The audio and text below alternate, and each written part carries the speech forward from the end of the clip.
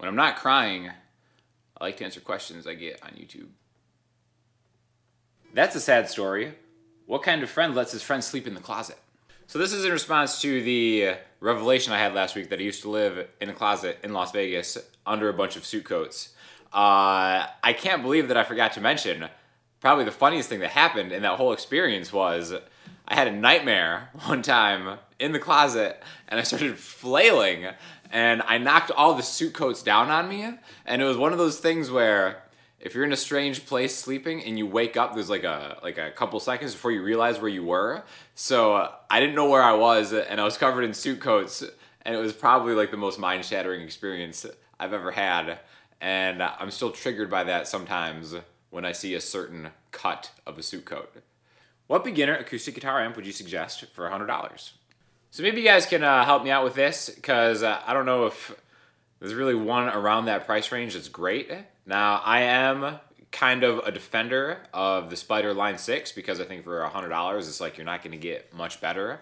And even though people love to hate on it, I think it's fine. It works. I've known people who've had them for like 8 years and they still work. So for $100, you know, I mean, to a lot of people, that's a lot of money. But in the scheme of amps, that is like a pretty inexpensive amp. So I don't know, if you guys have any suggestions, definitely put them in the comment, because I don't know about specifically an acoustic amp. I would just say maybe get like one of the smaller combo amps and on the clean setting, and then just use that to rock it out until maybe you can afford something a little nicer. Opinions on slide guitar and Blackstar amps. So it seems to me like Ryan Bruce, aka Fluff, was badgered by the internet so much about Blackstar amps that he retired his QA. So I personally don't have a lot of experience with Blackstar amps, except when I worked at Guitar Center. We tried them out, and they were fine. They seemed like a pretty decent deal. The kind of the built-in distortion when you drive them sounded perfectly fine. The one thing is, we did have a Blackstar amp just catch fire in the store, which was a pretty interesting experience. So really, the first thing I think of when I hear Blackstar amps is just an amp lighting itself on fire. So take that for what it's worth, but the other ones that I've played all sounded pretty good.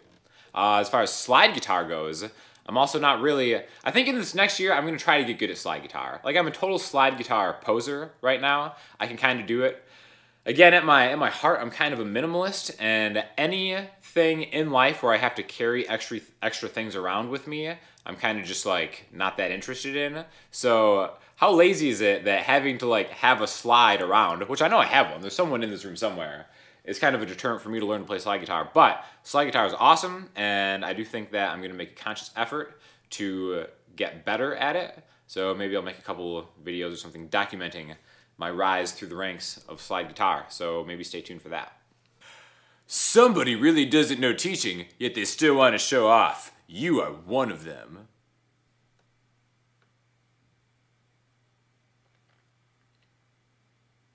My guitar teacher told me not to do weightlifting exercises because it'll slow my hands' dexterity. Is it true?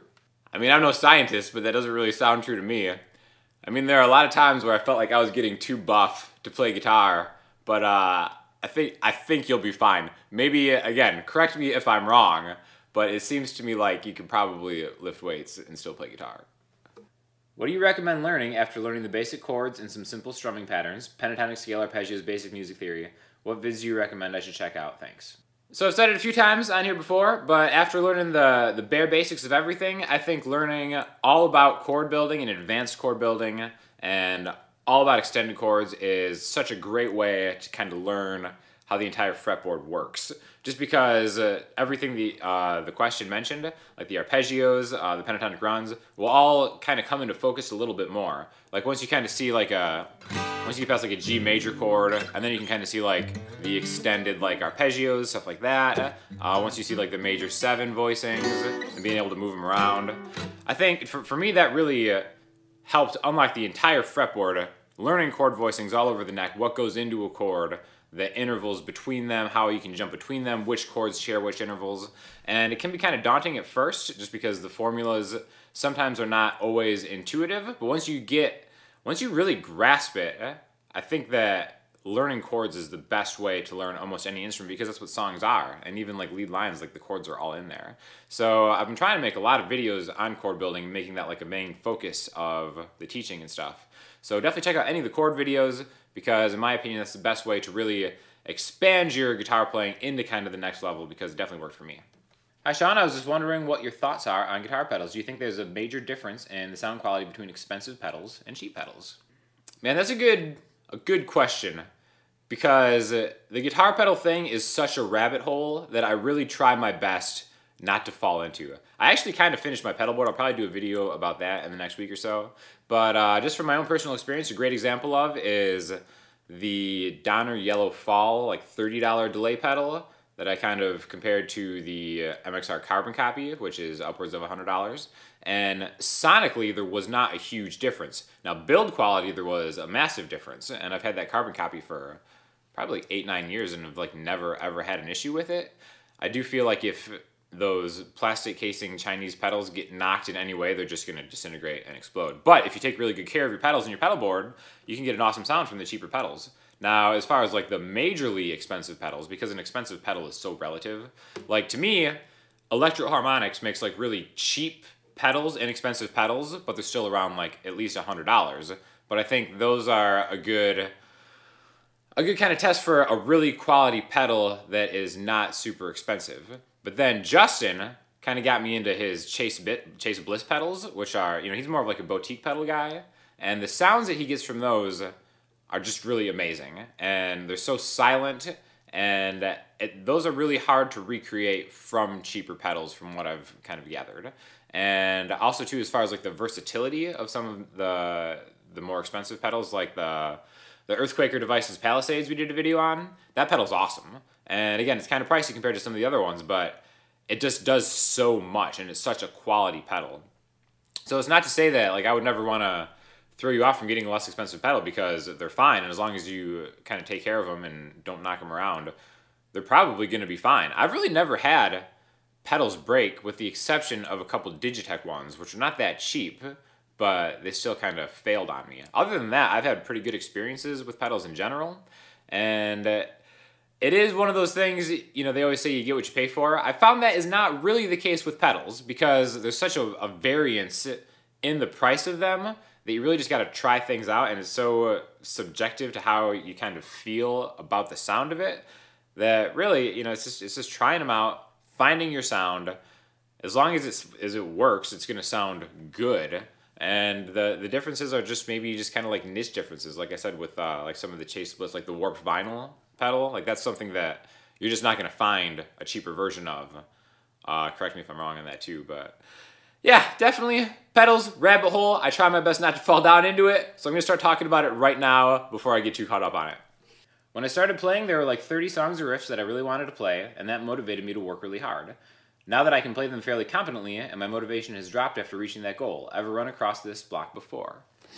I've actually never run into this problem, and I think the main reason is because I've always wanted to write and create my own stuff. So definitely, just like everybody else, I started learning kind of the same riffs that most people learned at the time, and that was like a really exciting time, because you get better so much quickly, and you can learn a new riff in a relatively short amount of time.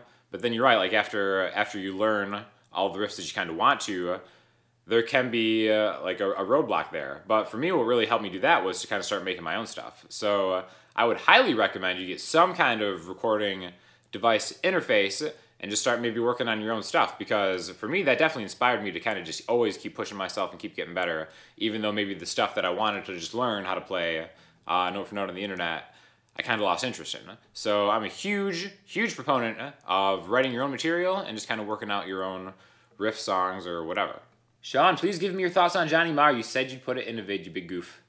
All love, though. XO. So if you don't know, Johnny Marr is most famously known for being the guitar player for The Smiths, and he is a fantastic guitar player, and I think the thing about him is, for being in kind of like a rock context, he uses very little distortion to create some pretty awesome riffs. He's like a very clean sounding guitar player. He's worked with a lot of people. I think actually my favorite stuff of his was the stuff he did with Modest Mouse. I know that he also was on Frusciante's album The Empyrean, and a lot of other stuff. He's like a producer too. Again, a Rickenbacker player, which I'm down with. He's got that cool jangly tone. The one thing I'm not a huge fan, I was never a huge fan of the Smiths, and before you flame me on that, it's just because not living through that era, when I was finally going through the evolution of rock music, so to speak, like my guys, Jimi Hendrix and Zeppelin, They're all kind of there. And then to me, it seemed like the 80s just killed that type of like really heavy classic rock stuff. Again, I'm probably wrong on this. This is just my backwards learning of history. And to me, the Smiths are the sound of the 80s, aka the genre shift that killed some of the bands that I loved. So I've never really been able to get hugely into the Smiths, although I totally respect the guy's guitar playing. Also, I'm not a huge fan of chorus as an effect on guitars for the most time, and he's definitely like a chorus-heavy guitar player. But all that being said, I really like the Modest Mouse stuff because I'm a huge Modest Mouse fan. Which whatever happened to them? Like I haven't heard from them in like a decade. But definitely check out some Johnny Marr because that's just a great example of a guitar player who kind of stays in his lane in a way that's like a really interesting. I don't want to say busy, but it's always like a forward propelling sound that can kind of complement a singer while kind of staying in the pocket and still doing his own thing that isn't that repetitive. So Johnny Marr is definitely a very unique guitar player that I respect a lot, who also looks, I think, strikingly like Colin Greenwood from Radiohead, that I get those two kind of confused when I see him. But yeah, check him out, great guitar player. So every now and then I get people saying, why don't you ever feature country music on listening homework? Because I don't really like country music that much, but I do like some alt country. So I'm going to turn you on to my girl Neko Case and the song Star Witness. I think Fox Confessor Brings the Flood is probably my favorite country album, even though I don't think it's technically country. It doesn't really sound like it. If you listen to it, you'll hear the differences or the similarities of country music. I think technically it's alt country, but check out Neko Case if you haven't because I think she's great. And that album specifically is her best work in my opinion. And if you have any questions or comments, hit me up on YouTube, the website, Instagram, or Twitter, and I'll talk to you soon.